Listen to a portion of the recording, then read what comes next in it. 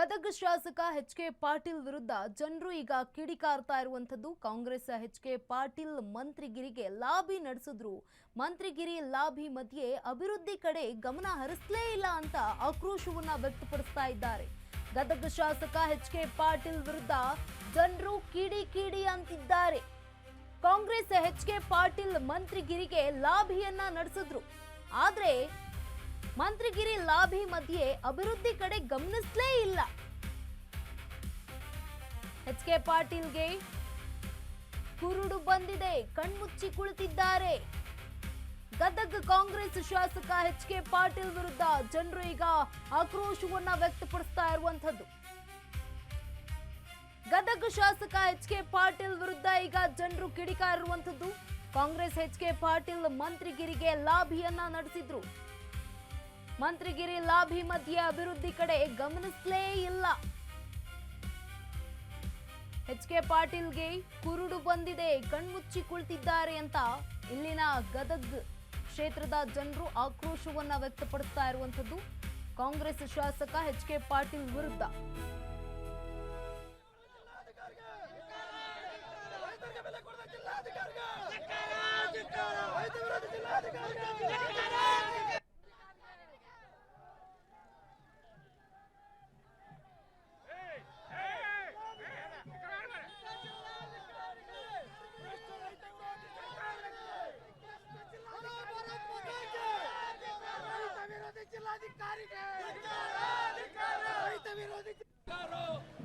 ಇದೇ ವಿಚಾರಕ್ಕೆ ಸಂಬಂಧಪಟ್ಟಂತೆ ನಮ್ಮ ಪ್ರತಿನಿಧಿ ಶ್ರೀನಿವಾಸ್ ಅವರು ಪ್ರತ್ಯಕ್ಷ ವರದಿಯನ್ನ ಕೂಡ ನೀಡಿದ್ದಾರೆ. ಬನ್ನಿ ನೋಡಿ.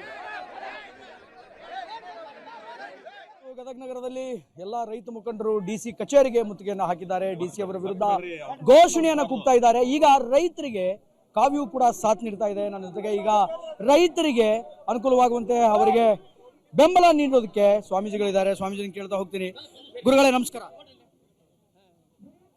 ಈ ವಿಚಾರದ ಬಗ್ಗೆ ಏನು ಹೇಳೋದಕ್ಕೆ ಬಯಸ್ತೀರಿ? ಡಿಸಿ ಅವರ ಒಂದು ನಡವಳಿಕೆ ವಿರುದ್ಧ ಈಗ ರೈತರು ಭುಗಿಲೆದಿದ್ದಾರೆ, ಒಂದು ಧಿಕ್ಕಾರವನ್ನು ಕೂಗ್ತಾ ಇದ್ದಾರೆ. ಏನು ಹೇಳ್ತೀರಿ? ಜವಾಬ್ದಾರಿ ಸ್ಥಾನದಲ್ಲಿದ್ದಂಥವ್ರು ಸರಿಯಾಗಿ ಮಾತಾಡಬೇಕು. ರೈತರ ಬಗ್ಗೆ ಗೌರವ, ರೈತರ ಬಗ್ಗೆ ಘನತೆ, ರೈತರ ಬಗ್ಗೆ ಔದಾರ್ಯವನ್ನು ತೋರಿಸ್ಬೇಕು. ಇಡೀ ದೇಶದ ರೈತರು ಕಷ್ಟದಲ್ಲಿದ್ದಾರೆ. ದೇಶದ ಬೆನ್ನೆಲುಬು ರೈತರು ಅಂತ ಹೇಳ್ತಾರೆ. ಆದರೆ ರೈತರ ಪರಿಸ್ಥಿತಿ ತುಂಬ ಗಂಭೀರವಾಗಿದೆ. ಹಾಗಾಗಿ ರೈತರು ಜಿಲ್ಲಾಧಿಕಾರಿಗಳನ್ನ ಕೇಳಲಿಕ್ಕೆ ಬಂದದ್ದು ಸಹಜವೇ. ಜಿಲ್ಲಾಧಿಕಾರಿಗಳಂದ್ರೆ ಸರ್ಕಾರದ ಒಂದು ಮುಖ್ಯ ಅಂಗ. ಅವರು ಸರ್ಕಾರಕ್ಕೆ ರೈತರ ನೋವನ್ನು ತಿಳಿಸ್ಬೇಕು. ಹಾಗಾಗಿ ರೈತರು ತಮ್ಮ ನೋವನ್ನು ಅರಿಕೆ ಮಾಡಿಕೊಳ್ಳಿಕ್ಕೆ ಜಿಲ್ಲಾಧಿಕಾರಿಗಳ ಕಚೇರಿಗೆ ಬರುವುದು ಸ್ವಾಭಾವಿಕವೇ. ಇಂತಹ ಸ್ವಾಭಾವಿಕ ಸನ್ನಿವೇಶದಲ್ಲಿ ಜವಾಬ್ದಾರಿ ಸ್ಥಾನದಲ್ಲಿದ್ದಂಥ ಜಿಲ್ಲಾಧಿಕಾರಿಗಳು ಅವ್ರನ್ನ ಹಚ್ಚಿಕೊಂಡು ಅವ್ರ ನೋವು, ಅವರ ಸಂಕಟ ಏನು, ಅವರ ಸಮಸ್ಯೆ ಏನು ಕೇಳಬೇಕಾಗಿತ್ತು. ಕೇಳಿ ತಮಗೆ ಎಷ್ಟು ಸಾಧ್ಯವೋ ಅಷ್ಟು ಅವ್ರ ಸಮಸ್ಯೆಯನ್ನು ಬಿಡಿಸ್ಬೇಕಾಗಿತ್ತು. ಅದು ಅವ್ರ ಜವಾಬ್ದಾರಿ, ಜಾಗದಿಂದ ಜವಾಬ್ದಾರಿ. ನಾವು ಯಾವ ಜಾಗದಾಗ ಇದೀವಿ ಅದರಿಂದ ನಮ್ಮ ಜವಾಬ್ದಾರಿ, ಅದು ಜಿಲ್ಲಾಧಿಕಾರಿಗಳ ಜವಾಬ್ದಾರಿ. ಯಾವುದೇ ಕಾರಣಕ್ಕೂ ಬರಗಾಲಿದೆ.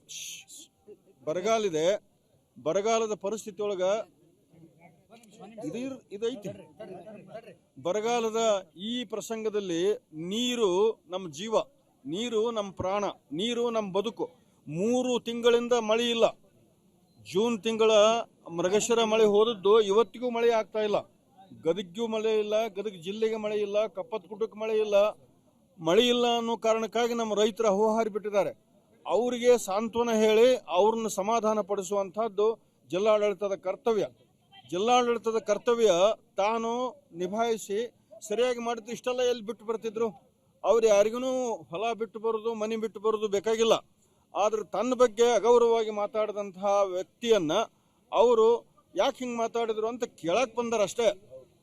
ಆ ಕೇಳಕ್ ಬರೋದ್ರ ಜೊತೆಗೆ ರೈತರಿಗೆ ಏನು ಸಮಸ್ಯೆಗಳಿದಾವೆ ಅದನ್ನು ಪರಿಹಾರ ಮಾಡತಕ್ಕಂಥದ್ದು ಚುನಾಯಿತ ಸರ್ಕಾರಗಳ ಕರ್ತವ್ಯ.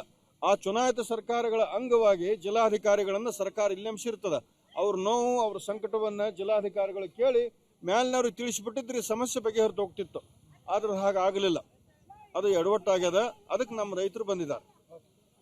ಬುದಿ ಜಿಲ್ಲಾಧಿಕಾರಿಗಳ ಈ ಒಂದು ಮಾತಿಗೆ ರೈತರಿಗೆ ಯಾವ ರೀತಿಯಾಗಿ ರೆಸ್ಪಾನ್ಸ್ ಮಾಡಿದ್ದಾರೆ, ಯಾವ ರೀತಿಯಾಗಿ ಮಾತಾಡಿದ್ದಾರೆ, ಅದಕ್ಕೆ ಈಗ ವಿರೋಧ ವ್ಯಕ್ತವಾಗ್ತಾ ಇದೆ. ನೀವೇನು ಹೇಳ್ತೀರಿ? ನಮ್ಮ ದೇಶದ ಸಂವಿಧಾನದಲ್ಲಿ ಹಕ್ಕು ಮತ್ತು ಕರ್ತವ್ಯಕ್ಕೆ ಬಹಳ ಬೆಲೆ ಕೊಟ್ಟಿರತಕ್ಕಂಥವ್ರು ರೈತರು ತಮ್ಮ ಹಕ್ಕನ್ನು ಕೇಳಲಿಕ್ಕೆ ಬಂದಂಥವರು ಕರ್ತವ್ಯದಲ್ಲಿರ್ತಕ್ಕಂಥ ಮಾನ್ಯ ಜಿಲ್ಲಾಧಿಕಾರಿಗಳು ಅವರ ಮನವಿಗೆ ಸ್ಪಂದಿಸಬೇಕಾಗಿತ್ತು.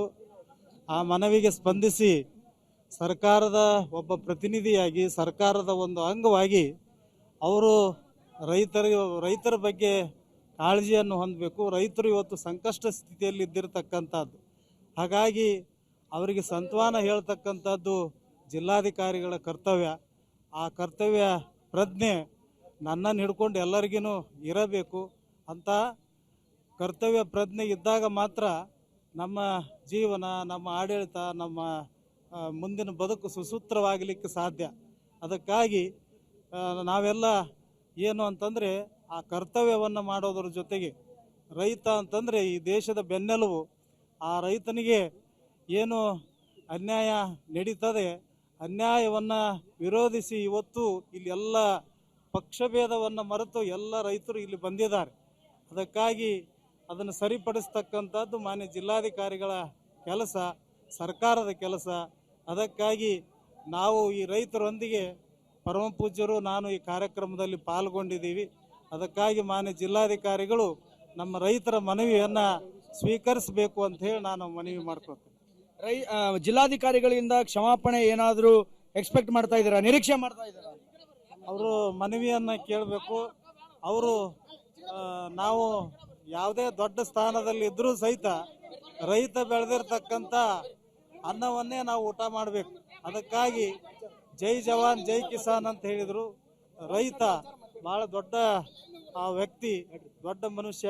ಹಾಗಾಗಿ ಮಾನ್ಯ ಜಿಲ್ಲಾಧಿಕಾರಿಗಳು ಇದಕ್ಕೆ ಸ್ಪಂದಿಸಿ ಮುಂದೆ ಇಂಥ ಘಟನೆಗಳು ಆಗದ ರೀತಿಯಲ್ಲಿ ಅವರು ನಡ್ಕೋಬೇಕು ಅನ್ನುವಂಥದ್ದನ್ನು ಈ ಮೂಲಕ ನಾನು ಇಲ್ಲಿ ಹೇಳ್ತೇನೆ.